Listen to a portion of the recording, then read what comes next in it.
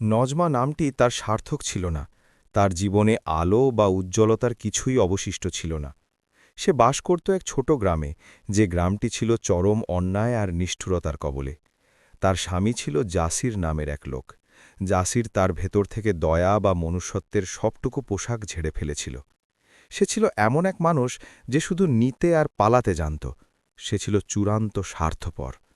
নজমার বোঝা ছিল অত্যন্ত ভারী আর ক্লান্তিকর, যা তার পরিশ্রান্ত পিঠকে ভীষণভাবে নুইয়ে দিয়েছিল।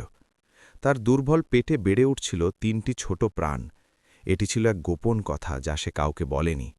নজমা জাসিরকে এবং তার ক্রমবর্ধমান নিষ্ঠুরতাকে ভীষণ ভয় পেত। সেই প্রাচীন আর নিষ্ঠুর সময়ে জীবনের মূল্য ছিল সামান্যতম ভুলের সমান। জাসির তার নির্বুদ্ধিতা আর হঠকারিতার কারণে নিজেকে এক বিশাল ঋণের জালে জড়িয়ে ফেলেছিল। সে গ্রামের লোভী ও নির্দয় জমিদারের কাছ থেকে ঋণ নিয়েছিল।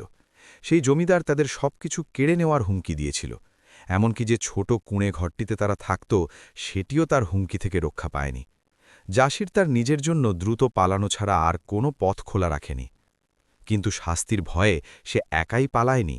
সে গর্ভবতী নজমাকে সেই ঘোর অন্ধকার রাতে তার সাথে হাঁটতে বাধ্য করল। পালানোর পথটি ছিল অত্যন্ত ক্লান্তিকর, এবং রাস্তার পাহাড়গুলো ছিল ভীষণ দুর্গম। নজমা তার অনাগত সন্তানদের জন্য ভীষণ ভয় পাচ্ছিল। সে আর ভার বইতে পারছিল না। সে তার সহ্য শক্তির শেষ পর্যায়ে পৌঁছে গিয়েছিল। সেই ভয়াবহ পথের মাঝামাঝি নিস্তব্ধ বনের প্রান্তে তার শক্তি তাকে ধোঁকা দিল। সে মাটিতে পড়ে গেল এবং প্রচণ্ড ব্যথায় তার নাড়িভুড়ি দুমড়ে মুছড়ে যাচ্ছিল।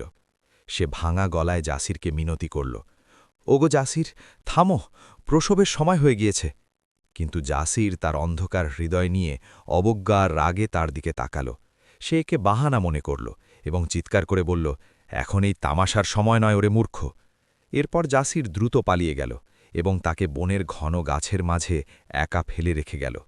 নজমা সেই মুহূর্তে বুঝতে পারল যে অন্যায়ের দুটি ভিন্ন রূপ আছে, একটি লোভী জমিদারের চেহারা, আর অন্যটি তার স্বামী, যে এখন আর তার স্বামী নেই।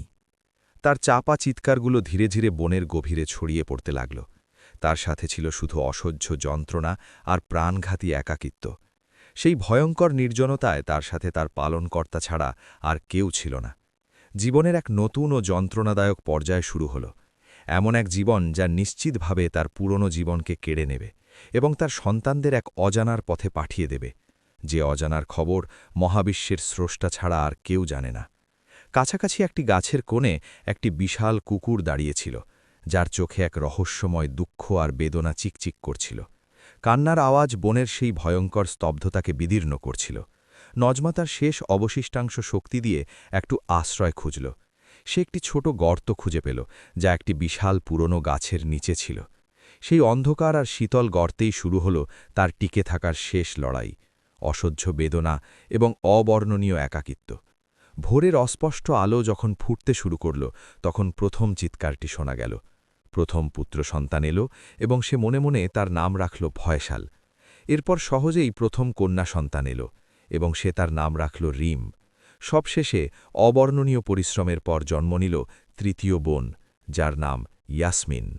একই মুহূর্তে ৩টি ভিন্ন ভাগ্য, ৩টি মুখ যারা বহন করছে পবিত্রতার এক নিষ্কলঙ্ক রূপ।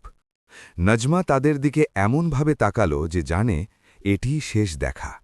তার ভেতরটা ধীরে ধীরে ভেঙে পড়ছিল এবং রক্ত নিঃশব্দে ঝরে যাচ্ছিল।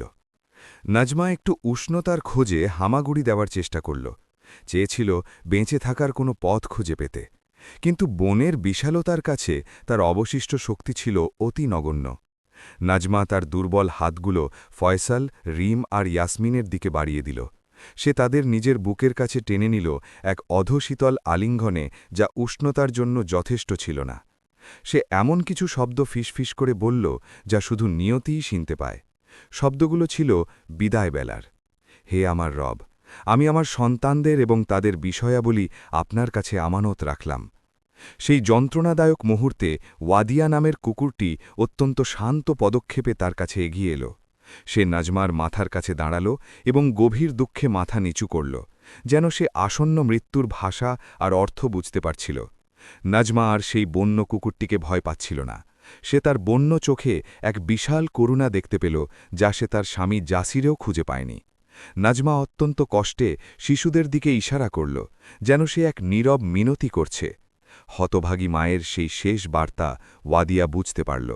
নাজমা অত্যন্ত প্রশান্তির সাথে তার শেষ নিঃশ্বাস ত্যাগ করল। নাজমা চিরদিনের জন্য নীরব হয়ে গেল। 3টি শিশু উত্তরহীন এক আর্তনাদে কাঁদছিল, আর ওয়াদিয়া সেখানে পাহারাদার হিসেবে দাঁড়িয়ে রইল। মৃত মায়ের আকস্মিক অনুপস্থিতিতে তার দায়িত্বমাত্র শুরু হল, এমন এক দায়িত্ব যা বোন তার রহস্যময় পাতায় লিখে রাখবে। মুহূর্তের মধ্যে জীবনের ভূমিকাগুলো আমূল বদলে গেল। বন্য আর নিঃসঙ্গ কুকুর ওয়াদিয়া হয়ে উঠল বাবা, রক্ষক এবং আশার আলো। ফয়সাল, রিম আর ইয়াসমিনের কান্না বনের সেই ভয়ঙ্কর নিস্তব্ধতাকে ছিঁড়ে ফেলছিল। সেটি ছিল ক্ষুধা, ভয় আর হাড় কাঁপানো শীতের চিৎকার। ওয়াদিয়া জানত না কিভাবে তাদের দুধ খাওয়াতে হয় বা খাবার দিতে হয়, কিন্তু সে খুব ভালো করে জানত কিভাবে তাদের রক্ষা করতে হয়। সেই বিশাল কুকুরটি তাদের পাশে সতর্কভাবে শুয়ে পড়ল এবং তার অদ্ভুত উষ্ণ পশম দিয়ে তাদের জড়িয়ে ধরল। সে পরম ভালোবাসায় হাড় কাঁপানো শীত থেকে তাদের রক্ষা করল। এটি ছিল অসহায় শিশুদের মানুষের মতো টিকে থাকার এক বন্য মহাকাব্য। দিনের বেলা ওয়াদিয়া নাজমার দিকে তাকাত এবং তারপর তার অসহায় শিশুদের দিকে তাকাত, যেন সে তার দুঃখ থেকেই পরম আনুগত্যের শক্তি সঞ্চয় করছে। এক কনকনে শীতের সকালে খাবারের খোঁজে ওয়াদিয়া তাদের কাছ থেকে কিছুটা দূরে গিয়েছিল, কিন্তু পরক্ষণেই সে ভয়ে দৌড়ে ফিরে এলো। তার বুক কাঁপছিল, পাছে তাদের কোনো বিপদ হয়। সে বনের হিংস্রতা আর বিপদের মুখে তাদের কখনোই ছেড়ে যায়নি। ওয়াদিয়া তার সহজাত মহান প্রবৃত্তি দিয়ে মানুষের সাহায্য পাওয়ার একটি উপায় চিন্তা করল। কুকুরটি স্বাভাবিক ডাকের চেয়ে ভিন্নভাবে ডাকতে শুরু করল, এক আকুতি আর প্রচণ্ড অনুরোধে ভরা ডাক। সে বনের প্রান্তের দিকে কিছুটা যেত আর আবার শিশুদের কাছে দৌড়ে ফিরে আসত। বারবার জেদ নিয়ে সে এটি করতে লাগল। কাছের এক দূরবর্তী গ্রামে এক বৃদ্ধ দম্পতি বাস করত, আব্দুর রহমান আর জায়নাব। তারা তাদের দয়া, কোমল স্বভাব এবং পরোপকারের জন্য সুপরিচিত ছিলেন, কিন্তু তাদের কোনো সন্তান ছিল না। আব্দুর রহমান সেই অদ্ভুত ও বারবার হতে থাকা ডাক শুনতে পেলেন। সেটি কোনো বিপজ্জনক নেকড়ের ডাক ছিল না, আবার সাধারণ পাহারাদার কুকুরের ডাকও ছিল না। এটি ছিল যেন জরুরি সাহায্যের এক আহ্বান। সেই বৃদ্ধ তার লাঠি আর সামান্য শক্তি নিয়ে সেই রহস্যময় আওয়াজটি অনুসরণ করার সিদ্ধান্ত নিলেন। তিনি সাহসের সাথে বনের গভীরে প্রবেশ করলেন। ওয়াদিয়া সেখানে তার জন্য অপেক্ষা করছিল। তাকে দেখামাত্রই কুকুরটি সেই গর্তের দিকে দৌড়াতে লাগল। সে কখনো আব্দুর রহমানের দিকে তাকাত, আবার কখনো সকরুণ চোখে শিশুদের দিকে তাকাত। নজমার শীতল ও নিথর দেহ দেখামাত্রই বৃদ্ধ সব বুঝে ফেললেন। মৃত মায়ের পাশে 3টি শিশু কাঁদছে এবং একটি বিশাল কুকুর পাহারাদার ফেরেশতার মতো দাঁড়িয়ে আছে। এটি ছিল এমন এক দৃশ্য যা পাথরকেও কাঁদিয়ে দেয়। আব্দুর রহমান পরম মমতায় শিশুদের তুলে নিলেন এবং নজমার জন্য মনে মনে দোয়া করলেন।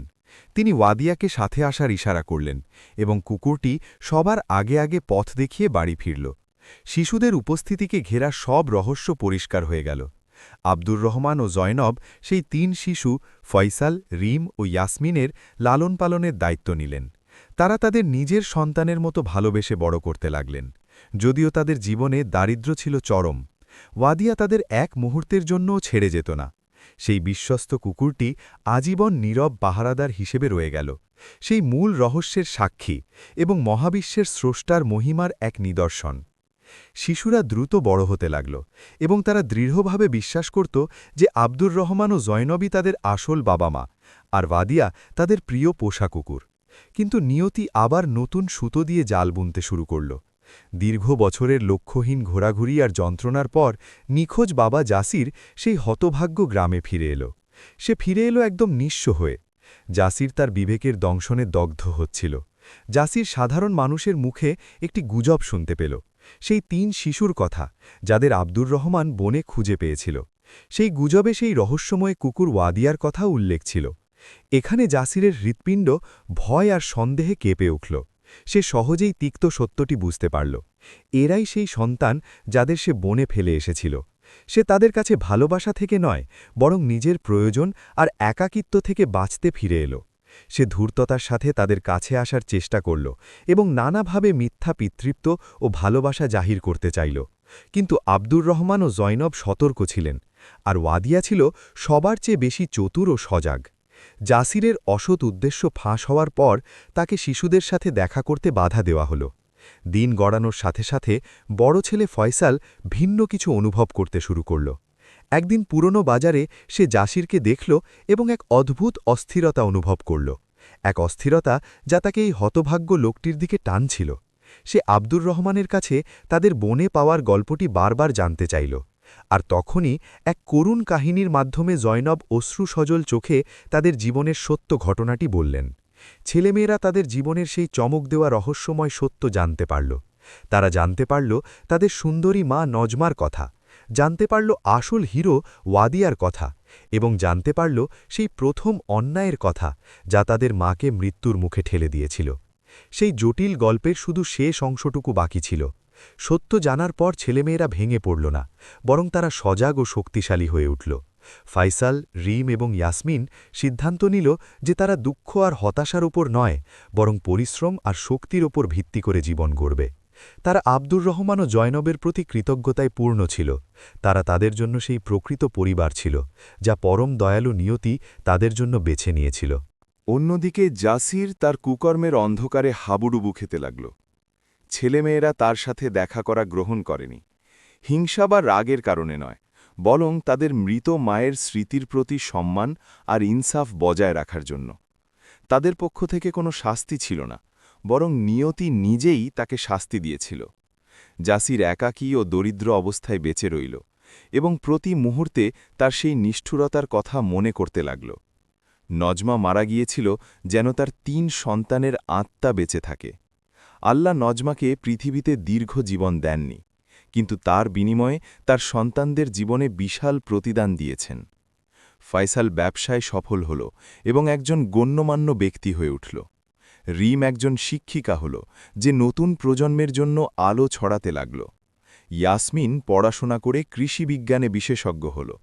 তারা তাদের গ্রামের উন্নতির মূল স্তম্ভ হয়ে উঠল। তারা আব্দুর রহমান ও জায়নবের জন্য একটি নতুন ও আরামদায়ক বাড়ি তৈরি করে দিল এবং তাদের মায়ের সেই পুরনো কুড়েঘরটিকে গরিবদের খাওয়ানোর জায়গায় পরিণত করল। ওয়াদিয়া কখনোই তাদের কাছ থেকে দূরে যায়নি। সে বৃদ্ধ হওয়া পর্যন্ত তাদের সাথেই ছিল এবং মৃত্যুর সময়ও তার চোখে সেই চিরন্তন আনুগত্যের উজ্জ্বলতা ছিল। তাদের নতুন বাড়ির কাছে একটি গাছের নিচে তাকে পরম সম্মানের সাথে সমাহিত করা হল। এই গভীর কাহিনীর শেষে এক বলিষ্ঠ শিক্ষা ফুটে ওঠে: আল্লাহর প্রতিদান। মানুষ যখন কোনো মূল্যবান কিছু হারায়, সে সেটি এমন এক জায়গায় খুঁজে পায় যা সে কখনো কল্পনাও করেনি। সেই প্রথম যন্ত্রণাদায়ক নিষ্ঠুরতা আর অন্যায় আসলে এক বিশাল নির্ধারিত কল্যাণের প্রবেশদ্বার ছাড়া আর কিছুই ছিল না। আল্লাহ কোনো চোখের জল বৃথা পড়তে দেন না, বরং তিনি সেটাকে প্রবাহমান সুখের ঝর্ণায় পরিণত করেন। প্রতিদান শুধু বস্তুগত সাফল্য নয়, বরং এটি হল অভ্যন্তরীণ প্রশান্তি, মর্যাদা এবং আনুগত্য। এটিই হল সেই কাহিনী এবং এটিই হল সেই শিক্ষা। শিক্ষাটি হল মানুষের অন্যায়ে ধৈর্য ধরো, কারণ আল্লাহর পক্ষ থেকে প্রতিদান নিশ্চিতভাবেই আসবে।